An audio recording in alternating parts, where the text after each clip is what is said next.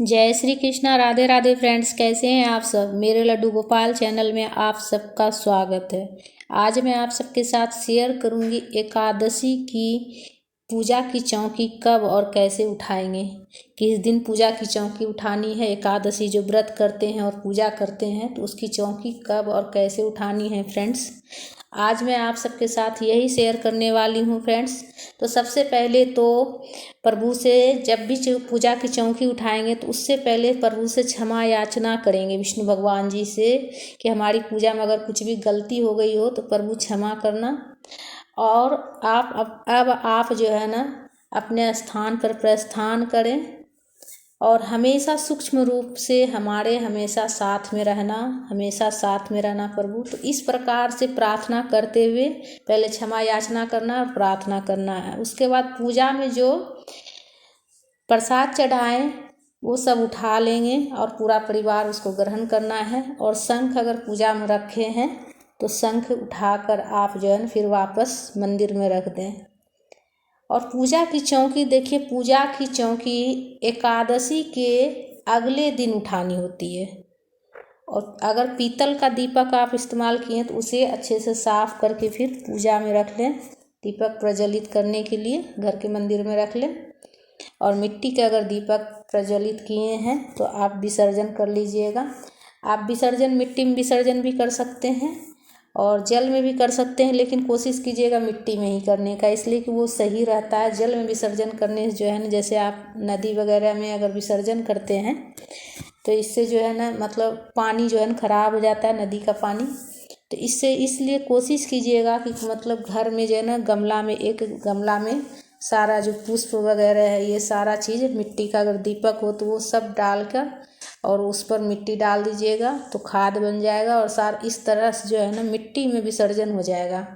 और दक्षिणा जो पूजा में चढ़ाए थे उसे जो है ना आप ब्राह्मण को दान कर दीजिएगा। द्वादशी के दिन चौकी उठाना है। और तुलसी वगैरह जो चढ़ाए हैं पूजा में उसे आप जैसे चाय बनाइएगा तो उसमें डाल दीजिएगा, प्रसाद है। तो इस तरह से जो है ना तुलसी आप चाय में डालकर चाय बनाकर आप पी सकते हैं। और जनेऊ अगर घर में कोई पहनता हो तो पहन ले, नहीं तो आप विसर्जन कर लीजिएगा। सारा चीज़ जितना पुष्प हुआ और जनेऊ हुआ, ये सारी चीज़ें जो है ना आप मिट्टी में विसर्जन कर लीजिएगा।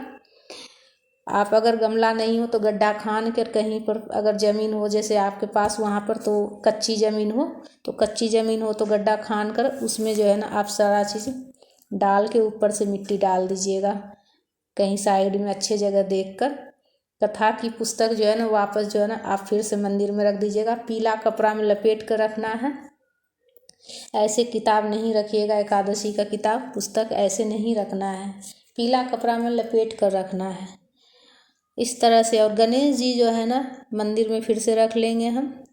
तो इस तरह से बिल्कुल सरल विधि जो है ना आप जो है ना एकादशी के अगले दिन द्वादशी वाले दिन जो है ना चौकी उठाइएगा फ्रेंड्स। द्वादशी वाले दिन सुबह में स्नान आदि करने के बाद जो है ना पूजा करने के बाद घर के मंदिर में पूजा कर लीजिएगा।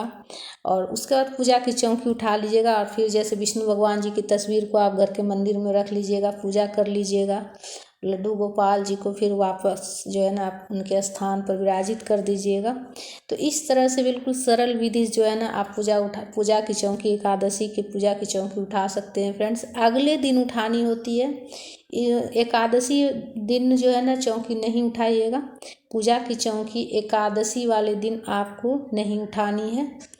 और जितना आप पुष्प सब इकट्ठा कर लेंगे एक जगह, इकट्ठा करके विसर्जन कर देना है। तो देखिए जैसे बताए ना कि जैसे जल में विसर्जन करना है और मिट्टी में, तो कोशिश कीजिएगा मिट्टी में ही करने का। जल में नदी वगैरह में डालने से ये हो जाता है ना, मतलब इससे जो है ना कि विसर्जन तो जल में भी किया जाता है, देख लीजिएगा कि जल जो है ना नदी का पानी मतलब जल जो है ना ख़राब ना हो, इसलिए से बोल रहे हैं कि कोशिश कीजिए कि मिट्टी में विसर्जन करने का। तो फ्रेंड्स हमारा वीडियो आप सबको कैसा लगा, अगर अच्छा लगा है तो लाइक ज़रूर कीजिएगा। और जो पूजा की चौकी पर जो कपड़ा बिछाए हैं ना उसे अच्छे से साफ़ करके फिर से पूजा के लिए रख लीजिएगा। राधे राधे।